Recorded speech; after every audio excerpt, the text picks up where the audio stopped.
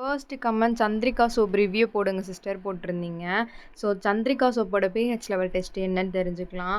First நான் Chandrika soap எடுத்து open பண்ணிக்கிட்டேன். அண்ட் இதோட pH லெவல் டெஸ்ட் என்னன்னு உங்களுக்கு வந்து ஃபுல் டீட்டெயில்ஸ் தெரியணும்னா நம்ம சேனலை மறக்காமல் சப்ஸ்கிரைப் பண்ணிவிட்டு அதில் போஸ்ட்லாம் நான் ஃபுல்லாக கொடுத்துருக்கேன்.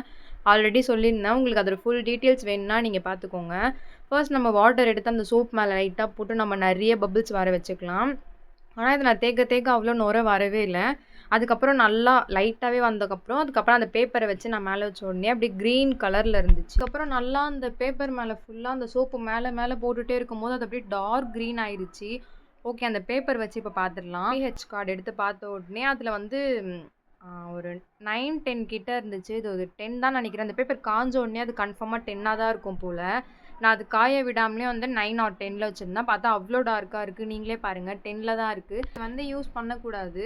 அண்ட் இதே மாதிரி உங்களுக்கு ஏதாச்சும் வீடியோஸ் வேணும் நம்ம சேனலை மறக்காமல் சப்ஸ்கிரைப் பண்ணிட்டு கமெண்ட் பண்ணுங்கள். பாய்.